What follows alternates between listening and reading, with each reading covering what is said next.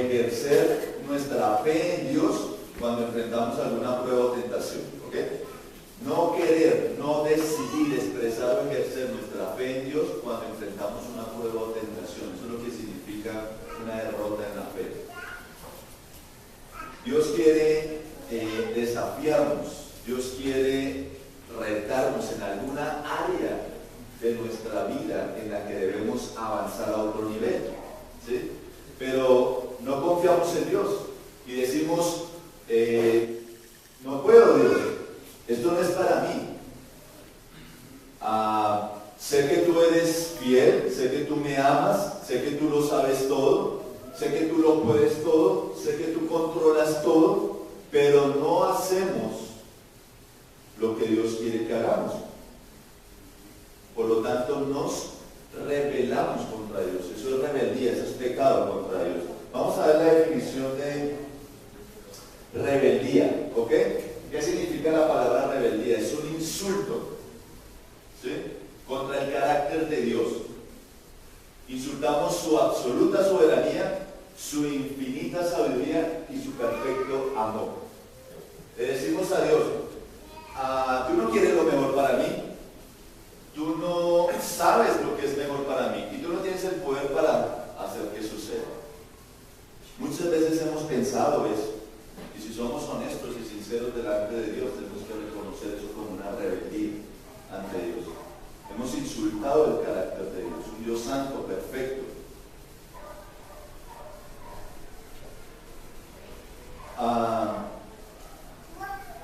Uno de los ejemplos más claros de una derrota en la fe está en el Antiguo Testamento. Vamos a ir al libro de Números, capítulo 13, y vamos a leer desde el versículo 25 hasta el capítulo 14, versículo 10. Voy a hacer lectura de ese texto bíblico. Dice la palabra del Señor en Números, capítulo 13, versículo 25. Y volvieron de reconocer la tierra al fin de 40 días.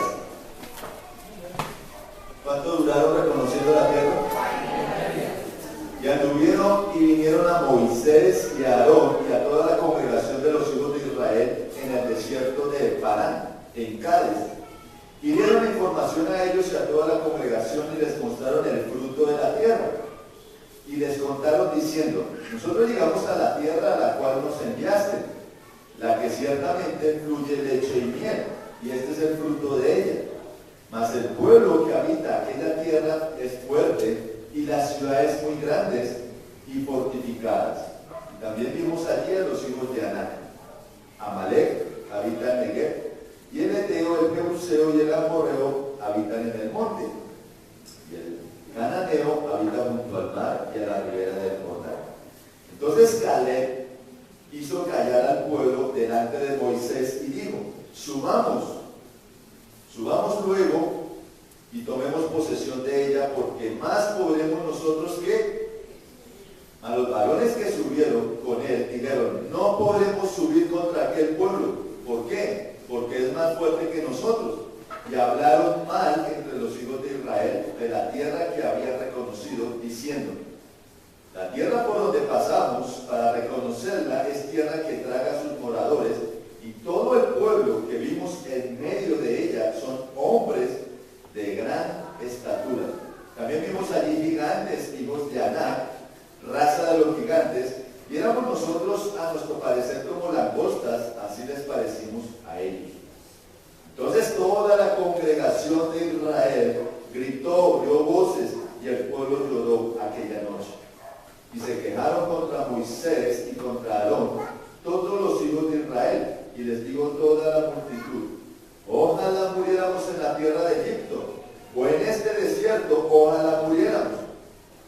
¿Y por qué nos trae Jehová a esta tierra para caer a espada, y que nuestras mujeres y nuestros niños sean por presa? ¿No nos sería mejor volvernos a Egipto? Y decían el uno al otro, designemos un capitán y volvámonos a Egipto. Entonces Moisés y Aarón se postraron sobre sus rostros delante de toda la multitud de la congregación de los hijos de Israel. Y Josué, hijo de Nun, y Caleb, hijo de Jefone, que eran de los que habían reconocido la tierra, rompieron sus vestidos. Y hablaron a toda la congregación de los hijos de Israel diciendo: la tierra por donde pasamos para reconocerla es tierra en gran manera buena. Si Jehová se agradare de nosotros, Él nos llevará a esta tierra y nos la entregará, tierra que fluye leche y miel. Por tanto, no seas rebeldes. ¿No seas qué? Rebeldes. Contra Jehová. ¿Ni qué? Ni temáis al pueblo de esta tierra. ¿Por qué? Porque nosotros comeremos como pan. Su amparo se ha apartado de ellos. Y con nosotros está. No los temáis. Entonces toda la multitud habló de apedrearlos, pero la gloria de Jehová se mostró en el tabernáculo de reunión a todos los hijos de. Es una historia muy interesante, pero que toda la Biblia, hay muchos capítulos y versículos de la Biblia que hacen referencia a esta historia, y es lo que vamos a tratar de entender esta mañana. Vamos a ver cuál fue la ruta, el recorrido que hizo el pueblo de Israel. Primero, vemos que salen de la esclavitud egipcia, del yugo egipcio, cruzan el Mar Rojo y llegan hasta, ¿dónde? Llegan hasta el monte Sinaí. En el monte Sinaí, ¿qué reciben? Reciben las leyes de Dios, construyen el tabernáculo allí y celebran por segunda vez la Pascua. Siguen avanzando por el desierto y llegan a la región que se llama Cades Barnea. Es esta zona de acá. Hacen todo este recorrido y llegan hasta acá. El texto que leímos, el pueblo se encuentra aquí, Cades Barnea. ¿Qué sucede allí? Moisés envía 12 espías a reconocer la tierra prometida, la tierra donde fluye leche y miel, la gran promesa, la gran bendición que el pueblo de Israel estaba esperando y anhelando. ¿Qué pasa? Estando aquí en Cades Barnea, ellos iban a ingresar por esta zona a poseer la tierra que Dios les había prometido. Pero por su rebeldía, por su incredulidad, por sus temores, como vamos a ver esta mañana, por olvidar las promesas de Dios, entonces de aquí hasta acá, cuando ingresan por Jericó, ahí es donde transcurren 38 años en el desierto. ¿Por qué? Por no creer las promesas de Dios, por el temor, por olvidarse de las promesas de Dios.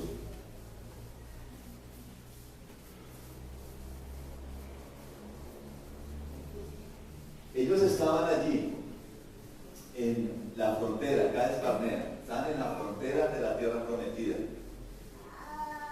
Habían llegado tan lejos, habían pasado por tantas cosas, más o menos desde el tiempo que salieron de la tierra de los egipcios en Gosén hasta llegar a Cades Barnea, más o menos dicen que habían transcurrido 2 años en esa ruta. Después de aproximadamente 2 años, están a las puertas de entrar a la tierra prometida, la gran bendición, lo que deseaban, lo que anhelaban, lo que querían. Estaban a un paso, al último paso para poseer la gran bendición de Dios. ¿Y qué pasó? No entraron, no la recibieron. ¿Por qué? Porque sufrieron una derrota en su fe.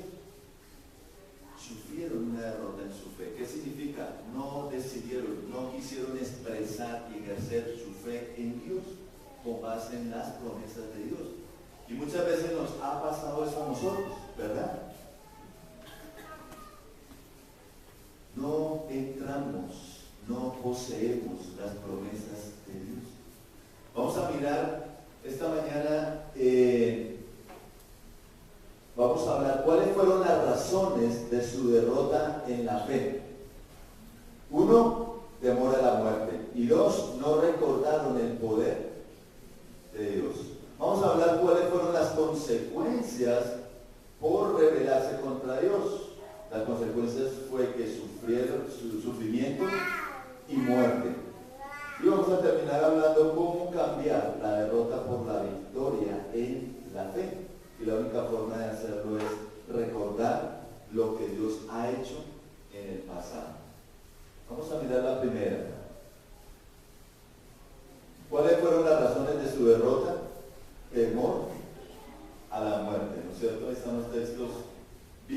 Dios. ¿Qué significa la palabra temer o temor?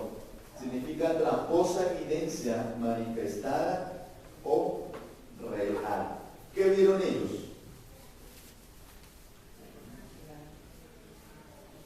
Gigantes, ¿no es cierto? Dice que vieron los habitantes fuertes y grandes, y vieron las ciudades fuertes y fortificadas. Al ver esto, ¿qué dijeron? No podemos hacerlo, ¿no es cierto? ¿Por qué no pudieron hacerlo?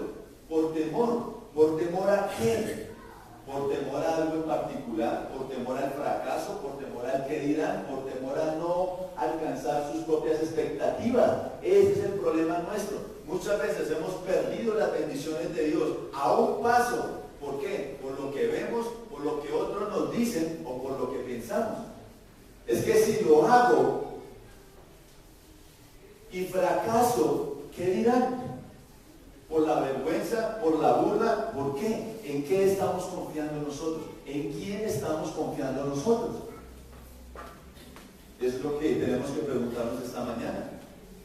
¿Cuál es el estilo de vida que estoy llevando? ¿Vivo por los demás? ¿Vivo para los demás?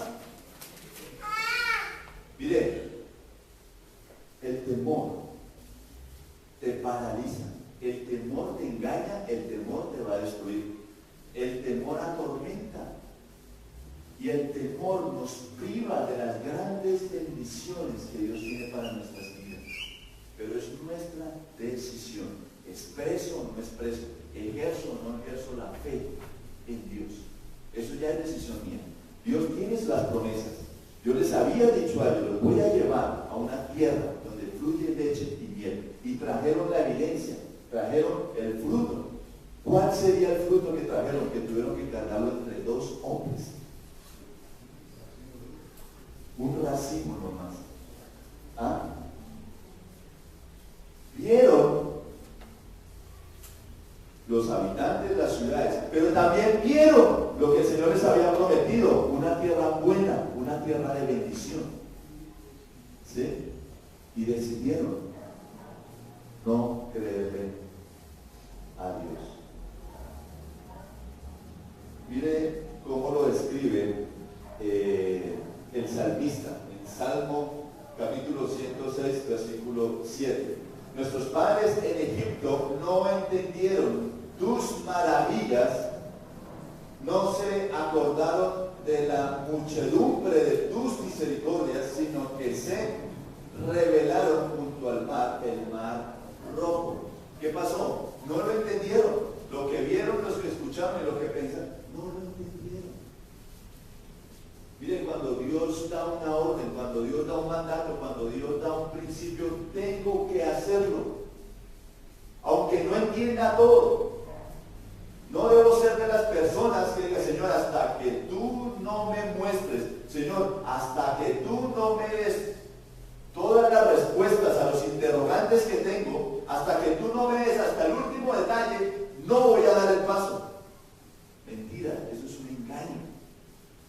Porque lo vemos en la Escritura y vamos a ver ahorita la cantidad de versículos que hablan tanto Pablo, Pedro, y nos amonestan y nos advierten.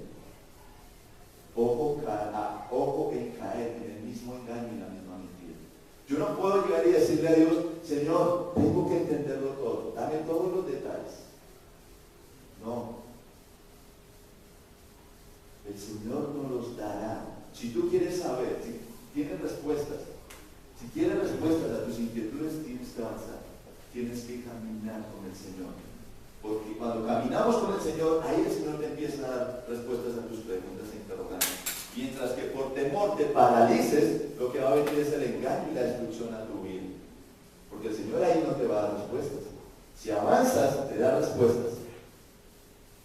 A su tiempo Dios nos dará sus respuestas. Lo que Él dice, da un paso a la vez. Vamos un paso a la vez. Vamos a ver la segunda. ¿Cuáles fueron las razones de su derrota? Ya vimos. Primero era temor a la muerte. Segunda, no recordaron el poder de Dios en situaciones del pasado en sus vidas, ¿no es cierto? El no recordar es algo gravísimo, hermanos, que afecta a nuestra fe. Ellos estaban allí, en la frontera, listos para entrar y poseer lo que Dios les tenía a ellos. Pero ¿qué pasó?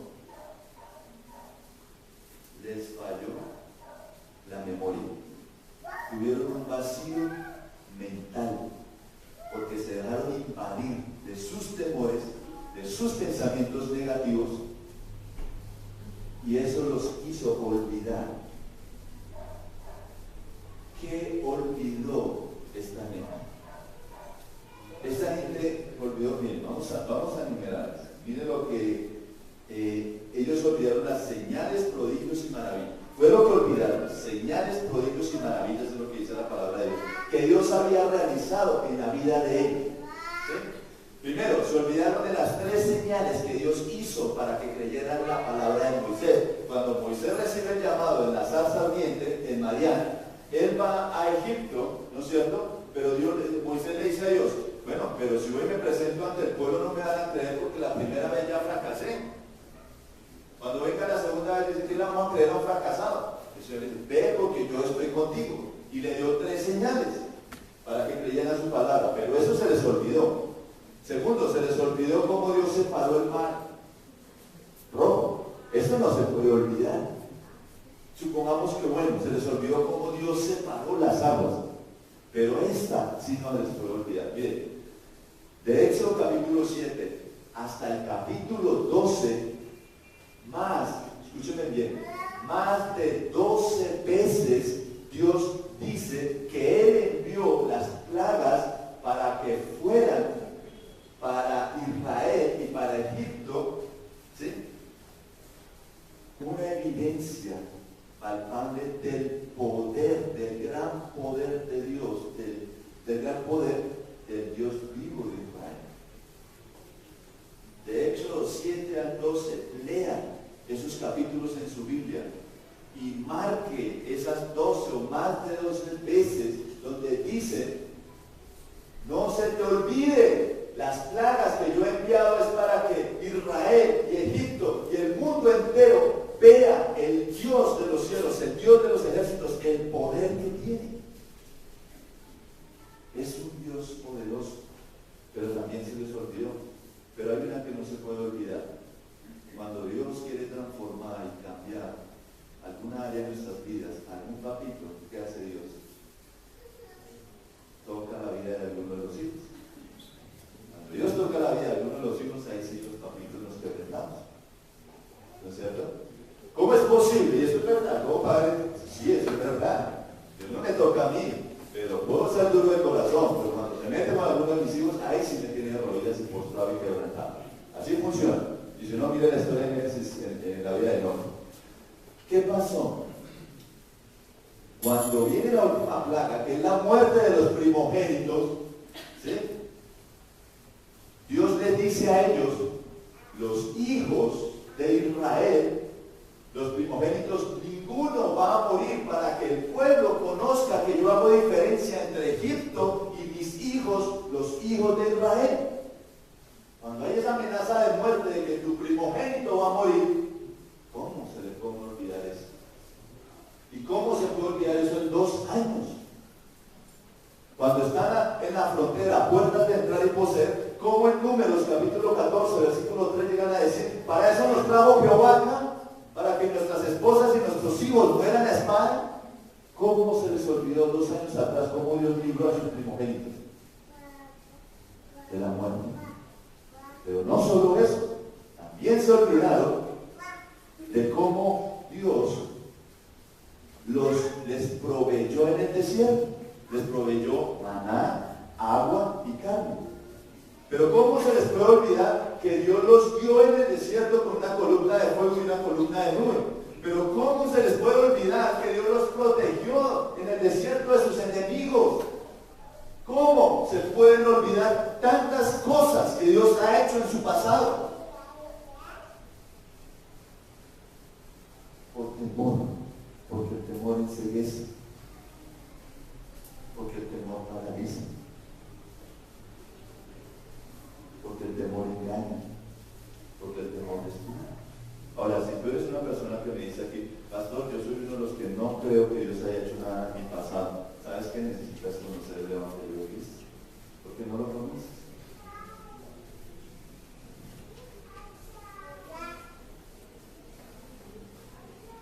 Vamos a mirar. Esto es lo que les digo. Hay más citas, pero no podía colocarlas todas. Me hubiera gustado. Mire ahora, con base en el tema que estamos hablando, la referencia que hace Pablo en Corintios y la persona que escribió el libro de Hebreos. Dice en 1 Corintios 10, 5, 6, pero de los más de ellos no se agradó Dios, no se agradó el Señor, por lo cual quedaron postrados en el desierto, mas estas cosas sucedieron como ejemplo ¿para qué? ¿Para quién? ¿Para quién? Bueno, solamente 3 o 4 lo están entendiendo. Ok, para que no codiciemos cosas malas como ellos codiciaron. Mire lo que dice en el versículo 11. Y estas cosas les acontecieron como ¿qué? Ejemplo. ¿Y están escritas para qué? Para amonestarnos. ¿A quién? A nosotros, a quienes han alcanzado los fines de los siglos. Y mire lo que dice Hebreos 4:11. Procuremos pues entrar en aquel reposo para que ninguno caiga en semejante ejemplo de desobediencia. Estamos advertidos, estamos exhortados, estamos amonestados por esa escritura del Antiguo Testamento. Que no nos pase, dice el Señor. Están escritas para que no nos pase. Vamos a ver el segundo punto. ¿Cuáles fueron las consecuencias? Ya vimos las razones. Ahora vamos a ver cuáles fueron las consecuencias por rebelarse contra Dios. Sufrimiento y muerte. Ahí están los textos bíblicos en Números capítulo 14.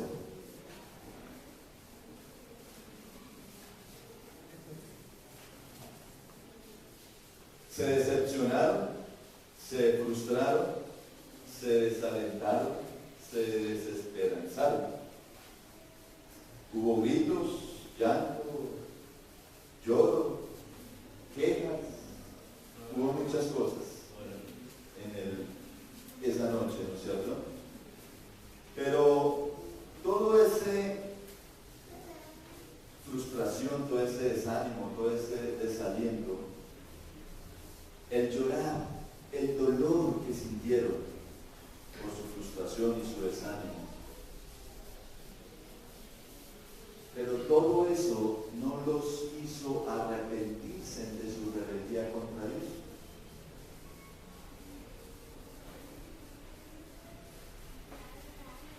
Ellos no llegaron a decir, ese llanto y ese dolor no era de arrepentimiento por su pecado. Ese llanto y ese dolor era de incredulidad a las promesas de Dios. Dios nos defraudó, Dios nos engañó, Dios nos mintió.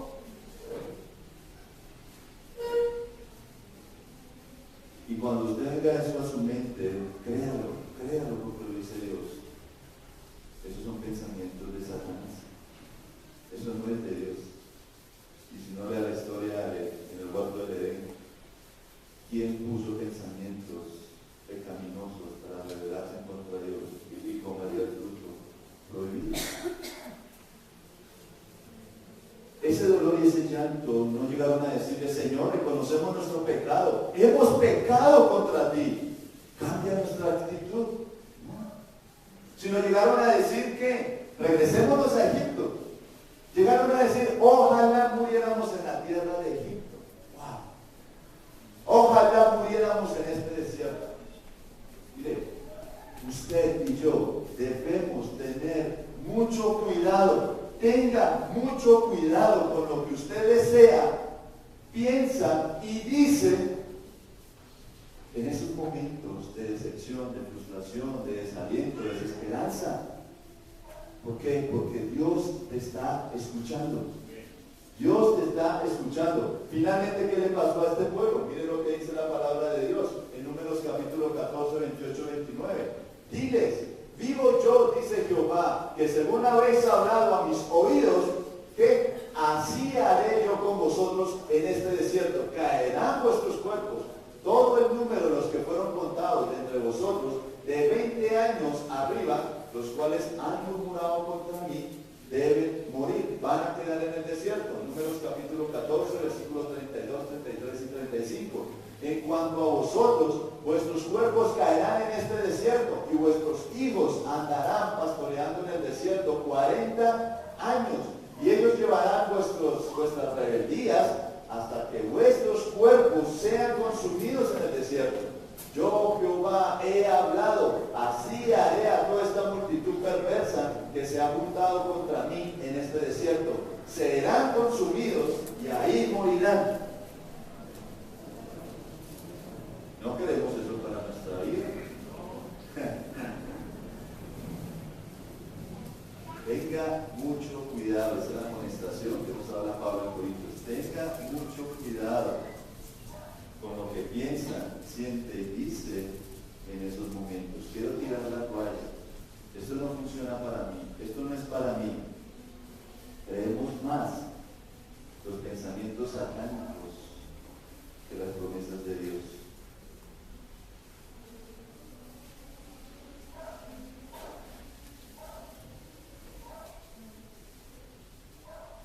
Miren, si regresaban a Egipto, ¿qué iba a pasar con ellos?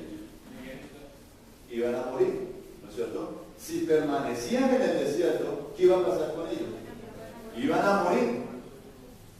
¿Por qué no morir haciendo la voluntad de Dios? ¿La cogimos? De todas formas, ¿a qué le tenían miedo? A la muerte, pero iban a morir. Vamos a morir, pero cada uno de nosotros escogemos la forma como quiero morir. Y yo quiero morir con mis zapatos puestos. Yo quiero morir viendo cumplido el propósito de Dios en mi vida. No quiero ir atrás. No quiero permanecer donde estoy porque este va a ser el fin. Hay más todavía. Hay que avanzar. Eso es lo que esta gran historia nos está enseñando y nos amonesta. Circunstancias adversas y difíciles, todos vamos a tener. Todos vamos a tener. Vamos a ver. Ok. La tercera. ¿Cómo cambiar la derrota? ¿Cómo cambiar la derrota en la fe por la victoria? Ojo con esto. Debes recordar lo que Dios ha hecho en el pasado en tu vida. Mire, hoy debe salir con algo claro. Usted no puede ser olvidadizo. Usted no puede olvidar lo que Dios ha hecho en el pasado en su vida.